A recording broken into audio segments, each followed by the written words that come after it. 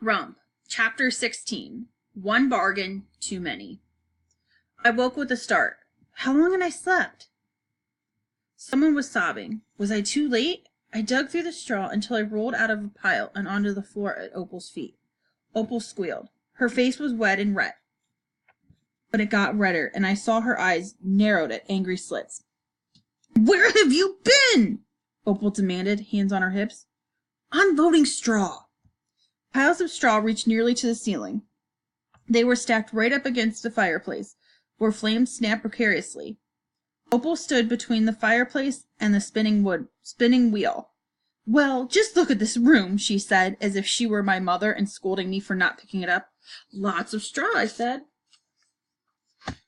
"Exactly. The king has promised to make me queen after this batch, and if you mess it up, you'll be the first person I behead."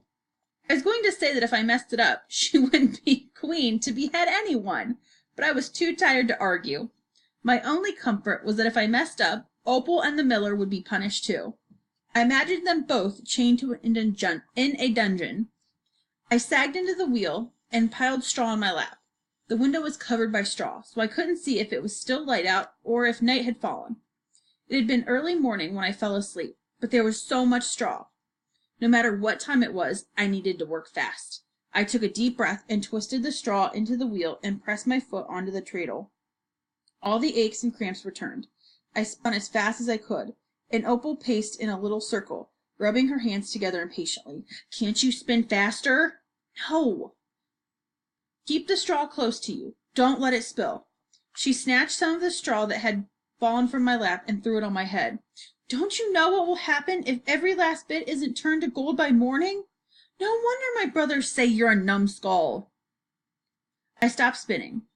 "Would you like to continue?" Opal pressed her lips together and glared. "Keep spinning or else." Or else we're both dead. I worked faster than ever. I piled the straw on top of me and worked the treadle as if I were pumping in order to breathe. Hours passed. My whole body felt like one big cramp from sitting at odd angles and spinning for so long. Despite the growing pile of gold, the straw loomed over me like a beast prepared to swallow me whole. I worked faster. Soon I could see the tapestries on the walls, then the windows. It was dark out, which meant there was still time. The sky began to lighten as I was coming close to finishing. The walls were now stacked with skeins of gold. I kept an open space between me and the window, so I could leave. I just hoped these walls were easy to climb, as they were in the other tower. Only a few handfuls of straw remained at my feet. Opal had fallen asleep by the fire, her head resting on a pile of gold. A string of slobber hung from her mouth. The fingers of one hand were clasped around a finger on her other hand, as if she were missing something there. Her ring. I stopped spinning. I hadn't made Opal give me something. I'd been so concerned with getting the spinning done in time that I forgot to ask. I had spun the gold, but what would happen if we didn't bargain? Would it turn back to straw? Would someone get hurt? Maybe I wouldn't be able to leave the castle. "Opal," I whispered loudly. "Opal, wake up." "Huh?" She sat up. Her face had big red marks on one side from the way she'd slept on the gold. Her hair was pushed up and braided all funny. She smacked her lips and wiped the slobber from her mouth. "Are you done yet?" she yawned. "Almost, but you forgot to give me something." "You never asked," she said with an innocent smile. "Well, I'm asking now. What will you give me?" "Nothing," she said haughtily, like she already thought herself a queen. "You've almost finished spinning, and I have nothing left to give. I already gave you my two most valuable possessions." She still rubbed her ring at her ring finger. "Well," I said, "I can't let you have the gold unless you give me something. In fact, I can't leave here until you give me something.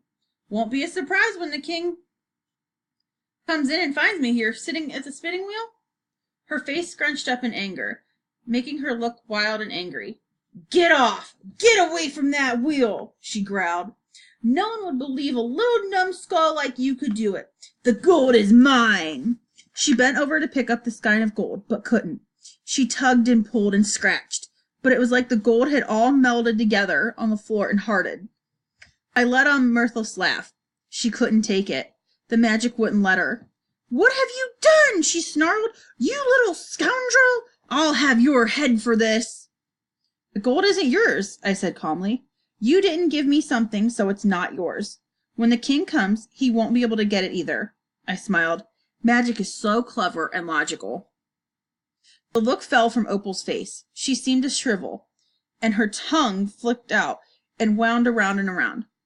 Give you something, she muttered. She scratched at herself, pulling her hair, yanking at her dress. Oh no, she was going to give me her dress? You don't have to give me a thing, I said desperately.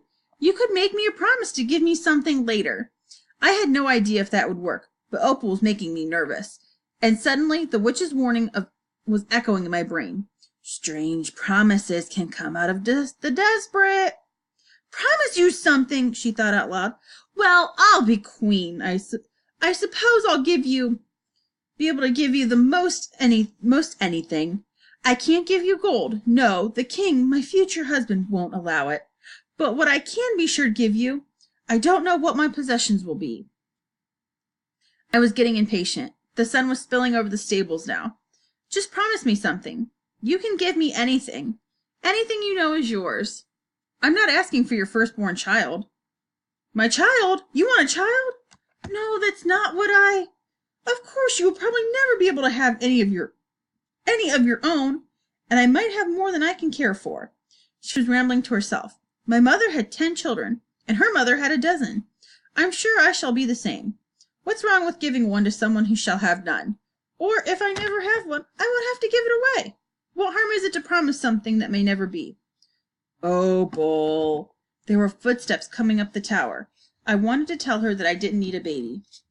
It could be a biscuit. It could be an apple. It could be her dress. But my tongue became a rock in my mouth. Just give me something, I said. What will you give me? The footsteps came closer, and Opal tensed. Get out! Get out! You cannot be in here when he comes. She pushed me towards the window. What will you give me? You can't take the gold until you give me something. I teetered on the windowsill. Opal looked back at the door and all the gold around her. Keys jingled in the lock. Oh, Bull! I'll give you my firstborn child, I promise. She snatched a skein of gold and held it to her chest. She smiled triumphantly at me and stroked the gold as if it were a furry pet. The door swung open. I fell out the window. The moment would have been a good time for a pile of straw to be beneath me. But for all the straw I had dealt with in my life, there was not even a tiny bit when I needed it the most. I hit the ground, bounced, and rolled, and finally came to rest on a thorny shrub. Ouch, I croaked and squeezed my eyes shut. Pain spread all over me and in me. The thorn pricks and bruises and cuts and... Ouch! It hurt to breathe. I think I broke my ribs and possibly my arm. I wasn't sure. I couldn't even feel my legs. A fury of movement and noise surrounded me, but everything was blurred and spinning. What's that? He just fell from the tower. Is he dead? He's alive, I think. Someone bent over me. Are you alive?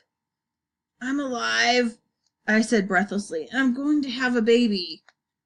What did he just say? Something about a baby. A baby, I said, and then I blacked out.